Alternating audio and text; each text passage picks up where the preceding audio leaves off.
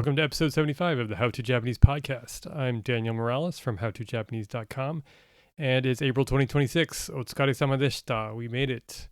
Specifically, I have made it back into work, where I'm still managing to speak Japanese, even after only speaking English at home for 3 months of my paternity leave.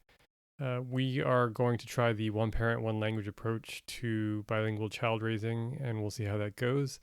I guess it's not as important when your kid is still just a nugget, or maybe it's even more important. I don't know. But either way, it didn't really hurt to practice what it might feel like for us to do that. And I think we've been both so exhausted that we really just kind of defaulted naturally to our native languages. If you have any recommendations for bilingual child raising, please do send them my way to howtojapanese@gmail.com. At the office, however, I've been surprised to find that my Japanese is still serviceable, fortunately, for me and for my ability to have future employment in Japan. One thing I do like about working in a modern Japanese office is that a lot of business is done over chat. And I think my written Japanese is stronger than my spoken Japanese. Given enough time to sit down and craft a message, I can generally find a way to word something effectively. But I've been double checking things here and there lately, including what I wrote about in the newsletter, which is, I think, a nice little polite business phrase. I also found a very interesting writer about the Japanese language that I'm excited to introduce this month. And for my recommendation, I'll share a little Japanese grocery store tip that I started taking advantage of during my parental leave. So stay tuned for that, as well as 2 Iro links and some comments about the latest incoming Murakami novel that just got announced this past week. And I'll discuss that at the very end in case anybody's interested in avoiding spoilers completely. The phrase I wrote about in the newsletter this month is aratamete. I'm sure many of you already know what this means, but I imagine this is because you've encountered it in context out in the wild, and maybe not because it was something that a teacher taught you in the classroom. I think it's one of these little words that you don't get exposed to in the classroom, but then start seeing out in the wild all of a sudden. Either you hear people use it at work, or you've seen it written on paperwork at municipal offices living in Japan, and maybe it's not always clear immediately what it means. This is aratamete.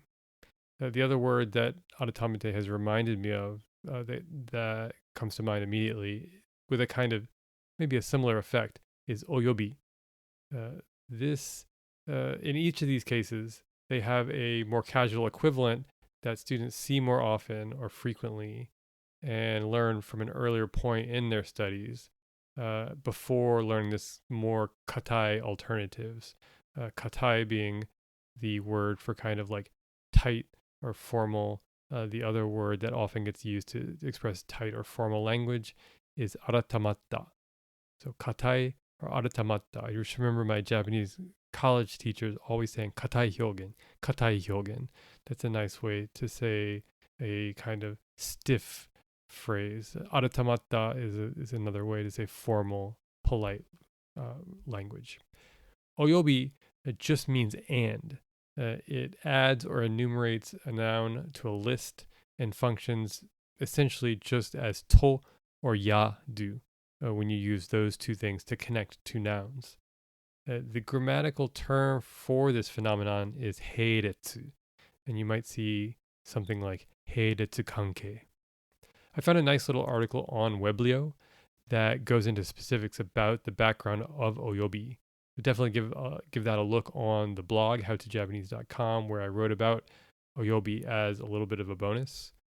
And I realized that I actually wrote about it previously way back in 2009.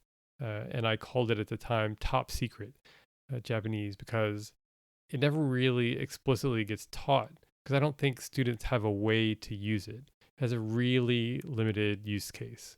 It connects two nouns in a list of very formal writing, as I mentioned. The verb oyobu, which is where oyobi comes from, has a much, much wider usage. One that feels to me at least vague, because it's hard to define like a single phrase, how it's used. And at the same time, the usages it does have are very specific in their meanings. So in one sense, oyobi is like aratamete in that it isn't taught, but different in that aratamete has very clear spoken usages that are helpful for students using keigo, whereas oyobi is essentially only a written phrase. Aratamete essentially just means mata, or again. And the way I've always used it and the way I introduce it in the newsletter is aratamete rennaku shimasu. I will get in touch with you again.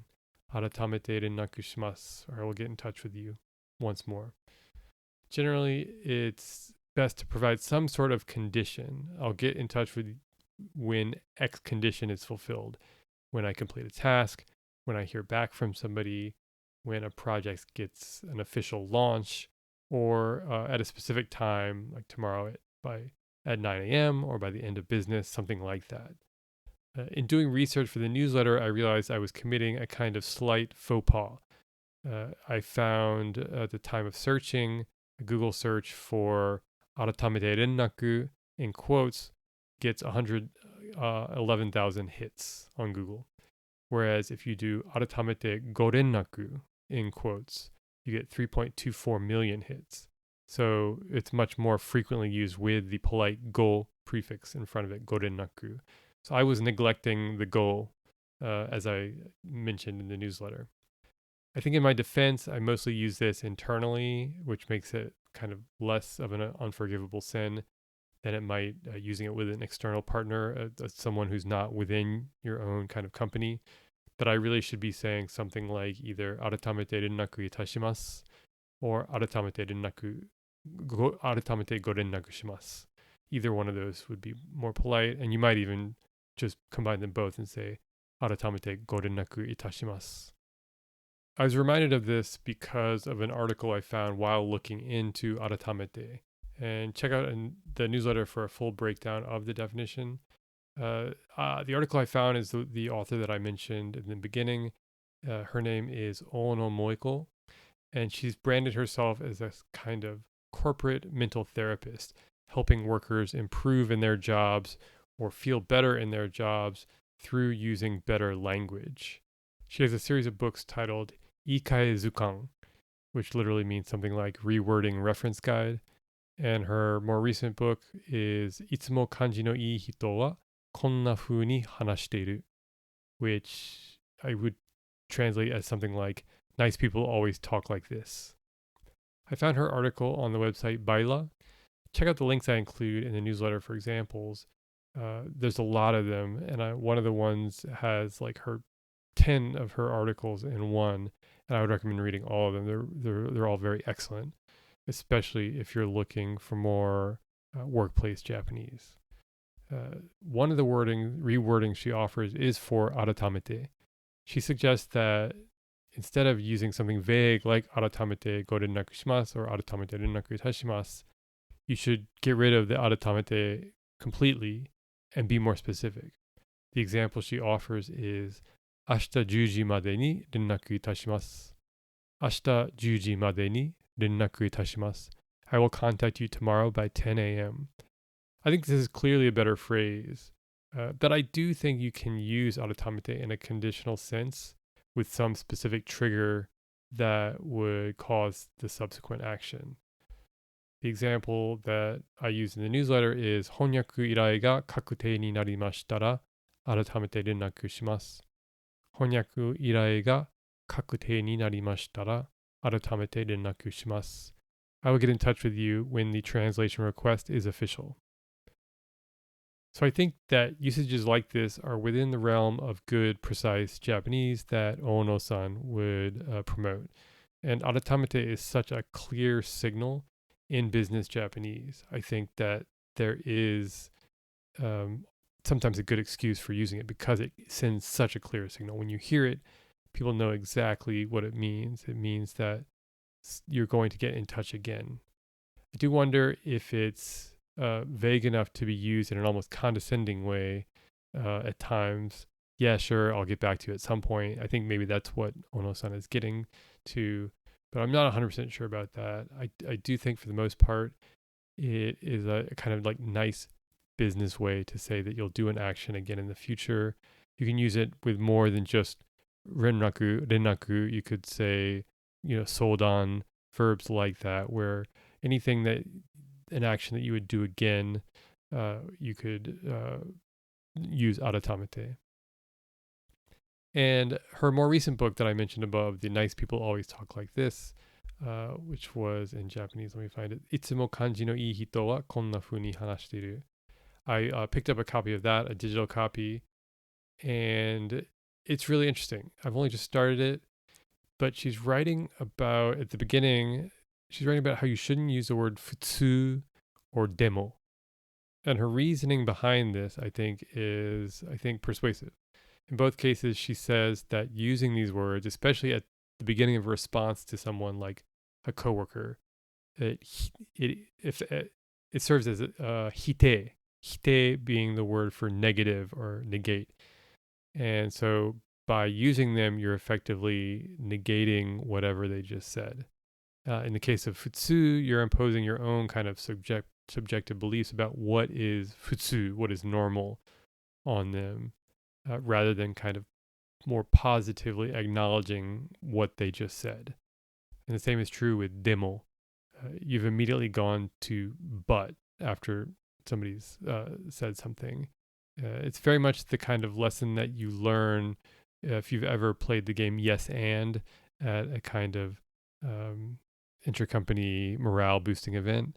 If you've ever done that, then I think that's the lesson you learn there. And if you've never done that before and you kind of aren't a big fan of morale building exercises like that, I would recommend trying it sometime because it's kind of incredible. I had to do it one time at a company event and I had never done it before. And my grand boss at the time did a yes, but to me, and the effect was really palpable. You feel like negated, you feel like ignored, and then you start to understand the power of yes and why that's so important to kind of acknowledge what somebody said and then build on it rather than negating it with a but. And so that was a kind of eye-opening experience for me. And so Onomoiko is writing about things like that, the kind of mental effect that language can have. And to read about that in Japanese, I think, is a really interesting way to learn the language. And it's not that difficult of a read. So I would definitely recommend it for anybody who can read, maybe intermediate to advanced intermediate level. I think you'd be able to understand this kind of writing. And it also gets at a little bit of what I wrote about in the blog post this month, which is formal versus casual writing. It's written in a desmas format.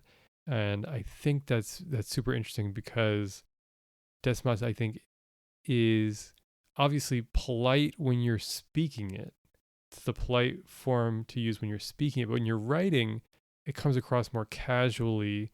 And I've written about that before, and I include some links to my old writing about that. So go check those links out about that really interesting dynamic. That's a very interesting dynamic to me, I think, because desmas is something that I've more or less just kind of relied on since I first started studying because that's what my teachers emphasized. And so I don't have really many issues with it. I think that's helped me succeed for the most part in Japan using Japanese. But I am curious to write in a dearu form somehow more if I can ever find time to do something new again. That's something that I'm also thinking about. So that's what I wrote about this month. Go give those a look. My recommendation this month requires you to live in Japan, and I'm not sure I'd recommend it to tourists just because they generally just don't have that much time. It's a pretty straightforward recommendation, but I think the most important thing is the way that I finally came across it. That's maybe more important than the actual item itself. The item itself is ready-to-eat fresh udon noodles. If you're not familiar with Japanese grocery stores, there's a refrigerated section somewhere in the store that's dedicated to fresh noodles that are in these little plastic bags. The location varies by grocery store. Sometimes it's on the edge of the produce. In others, it's across from the milk and yogurt or near the other solzai, which I mentioned in the December podcast, the prepared foods. Wherever you find it, the content is similar and similarly diverse in the options. There's bagged soba, several varieties of udon, Chinese noodles, and other kind of generic ramen noodles. And they're all fresh and ready to go. And they generally only have a freshness date for the next like week, maybe 2 weeks, I would say. But you want to eat them really as soon as you can. And when you do eat them, you just need a 2 minute soak in boiling water. And they are as good as, or almost as good as, any noodle shop in Japan that doesn't either make its noodles in house or to order or order them from a kind of specialist company. Um, and the reason I started buying these is twofold. I mean, most recently, as you know, I was away from the office for 3 months and missing out on my Wednesday morning udon at a chain restaurant near my office. I started eating there for breakfast every Friday, maybe a year or two ago, and then I shifted to Wednesday, and it became like a really relaxing start to the day in the middle of the week. Kind of standing there. It's just a standing joint. There's no seats. So you stand there and eat a hot bowl of noodles and a chicken rice combo. And I listen to a podcast for a few minutes before going into work. There aren't any that serve breakfast near my apartment that open up early enough to serve breakfast. So I started making my own. And I should add that the place where I do go, they're just serving frozen udon. So it's not the greatest place. Obviously, it's not handmade. It's not ordered from a specialist company. It's just frozen. And so I guess that kind of like inspired me to like figure out how to do it on my own. Um, and rather than go to the frozen ones, we do frozen udon sometimes, but I was curious to try this kind of fresh noodles to see if they were better, and I think they are. You can make the dashi, the kind of broth, from a pack on your own by just boiling these dashi pack, which have like dried fish and other ingredients in them to kind of make this nice savory broth. Or you can get powdered udon dashi, which is even faster.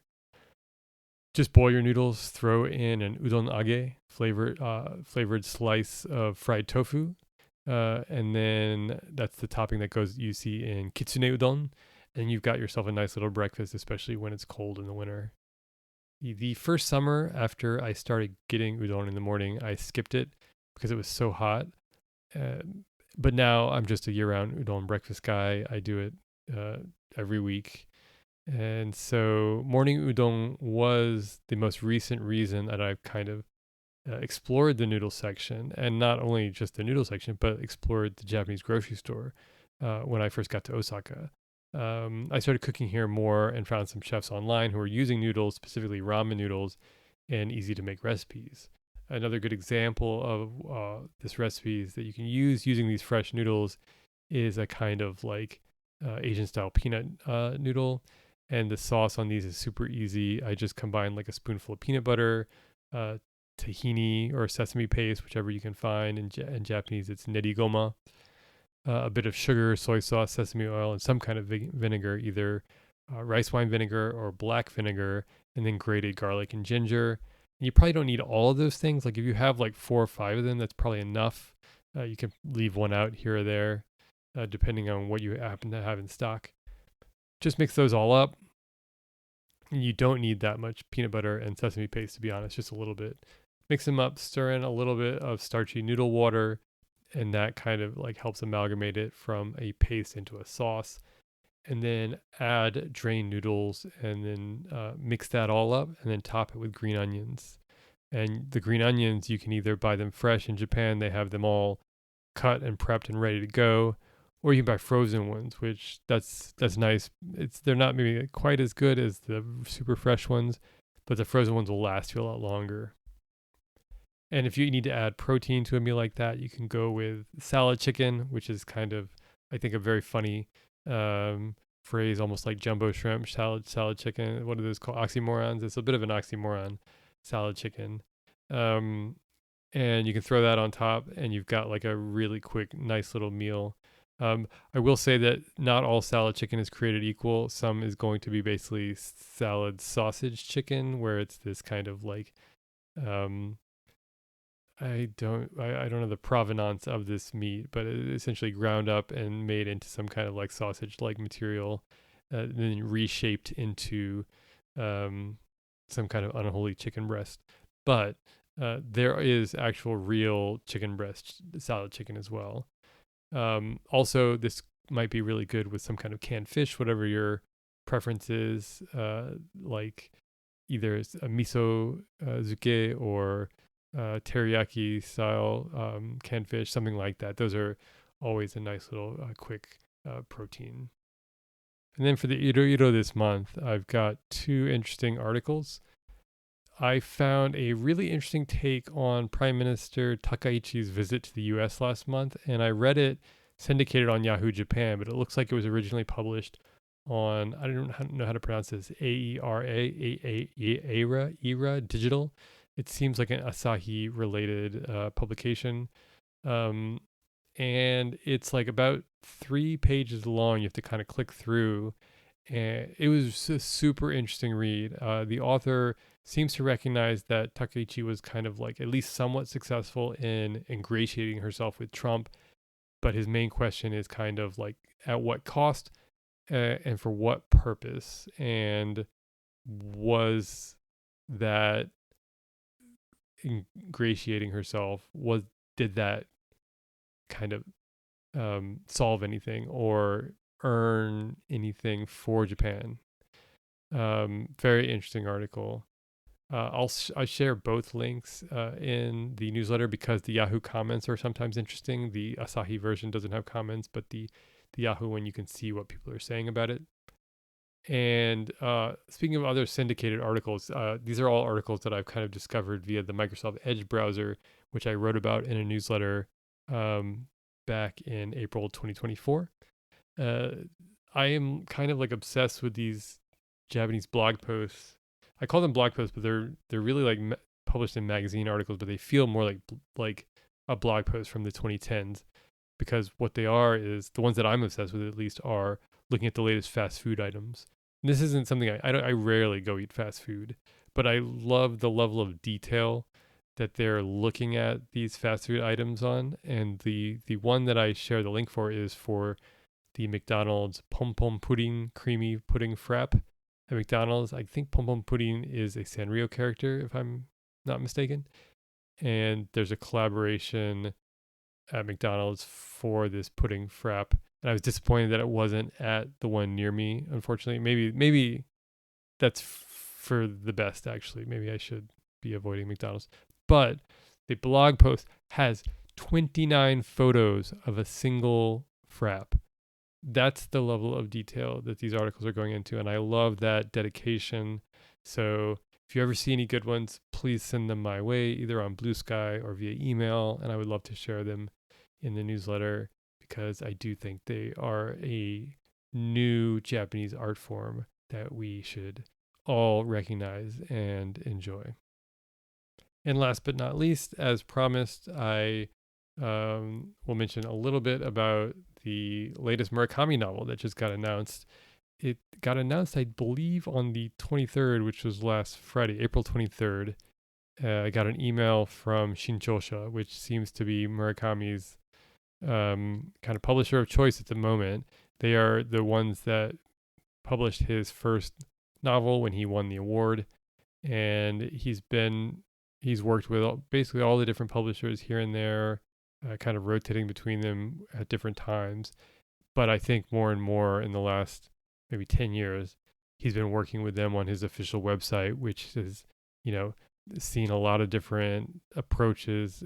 His like international website, I would say, has seen a lot of different approaches and managers and things like that. So got an official email from that and saw that it is what I was expecting. I'm really disappointed that I wasn't able to send out this newsletter earlier, and that I wasn't able to kind of get going on this other project that I started working on, which is looking at the novellas that Murakami has been publishing in Shinchosha since June of 2024. He's published 4 of them starting in June 2024 and going through March 2026 of this year. So that makes it almost 2 full years of 4 different novellas and stories of increasing length. The first was just a short story, and they've gradually gotten longer and longer. And I was expecting him to turn them into a novel, and he has turned them into a novel. I knew that's kind of where he was going with this. I was expecting it, and I wanted to be the one to kind of predict it. But damn it, he moves faster than I can.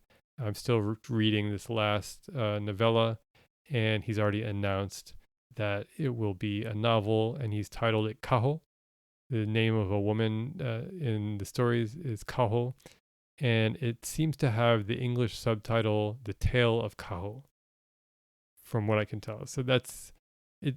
The Japanese only has Kaho right now, and then it's got in English "The Tale of Kaho," which is very strange to me. So it looks like it would be Kaho, the Tale of Kaho, potentially, if you wanted to translate it like literally. I don't know. So that's what Murakami has been up to. He's and if you can't hear it in my voice, you can, or you haven't been reading my reviews of Murakami over the last 10, 15 years, basically since 1Q84, or yeah, right around then, basically, I would say. These aren't very good. This writing is not very good. The first story has actually already been translated and was published in the New Yorker in July of 2024. So really quickly after it was initially published, and I think that's because although it was published in Shincho in 2024, June 2024, he read it at an event in March of 2024 that he did at Waseda with Kawakami Mieko. And I will have a lot more to say about that when I write about it and then probably put out a dedicated podcast on the same topic. I will have a lot more to say about that because I think it's a really interesting idea given the material that he's writing about in that story, and the way he's writing about it. But it was very short, it was able to be translated pretty quickly. I thought it was going to be awful at first, but then he kind of like lands the plane at the end of that story. And it's a generally very realistic little story. And so now I'll be getting into a little bit of the content of these stories. So if you want to bail and avoid spoilers, because I'm sure that actually this will get translated really quickly given that these all novellas have already been published. So I don't think you'll be waiting quite as long as we were for The City and Its Uncertain Walls. So if you want to avoid those spoilers, go ahead and bail now. But so all these stories are about a woman named Kaho. That's not really a big spoiler because that's the name of it, and they started to kind of be called the Kaho series. This woman Kaho is a illustrator of children's books, and she goes on a date with a man who she ends up not liking very much, and then that interaction with him, and I won't spoil anything about that, inspires her to write a story about a woman with no face, and then she finds a face, or she realizes she has a face, and then it's kind of a nice little ending. Realistic story, kind of has a little bit of Murakami story within a story that does some stuff that is like kind of fantastic. So he's able to kind of do some of that, but for the most part, a very standard story. He then has a story in the May 2025 edition of Shincho, which was called Musashi Sakai no Arikui, to the Anteaters of Musashi Sakai. And then in November, he has a story called Kaho to Shiroari no Jou. So Kaho and the Termite Queen. I think that's Termite Queen, Termite Empress, one of those two. And then the most recent one is called I can't remember I don't have, it's at work. I keep it at the office because I read it at lunch, but it's like Kaho and the Motorcycle Man and Scarlett Johansson. So as you can tell, these are getting increasingly fantastic. Anteaters are visiting her in waking dreams. Her mother is taken over by a termite queen, and I haven't met Scarlett Johansson, but the motorcycle man is the man from the very first story, and it's just terrible writing. It's got all the same weaknesses that I wrote about in my review of um, The City and Its Uncertain Walls. His writing style on a very basic sentence level has gotten much weaker, I think. And he's doing all the very same like Murakami logic stuff where he's making lots of assumptions. Characters are prohibited from doing things because doing something would make, there's no way they could go do something that would make no sense at all, even though you could just go call someone and ask them a question and confirm something or not. He's yeah, I don't know, we'll see. I'm hoping that he cleans it up a little bit, but my sense, I took a peek at the very last page of the last novella, and it does seem like he's leaving the end of the story to write in the hardcover version, which is going to come out on July 3rd, which should give me enough time to finish reading this novella, write up some thoughts, and put out a podcast right before it gets published. So stay tuned for that. We'll see. Hopefully, I'll have some time to get to that in the not too distant future. And that's all I have for this month. Next month, I do actually have some travel recommendations, maybe just one travel recommendation. So stay tuned for that next month, especially if you're interested in traveling to Aomori up north, because I have a really good recommendation. And I hope you have a great month. Enjoy the last of the cool weather. And before it starts to get hot, we'll see. Seems like it's going to get hot early this year, although it's hard to tell. But June is coming. That's when it gets hot in Japan now. So enjoy until then.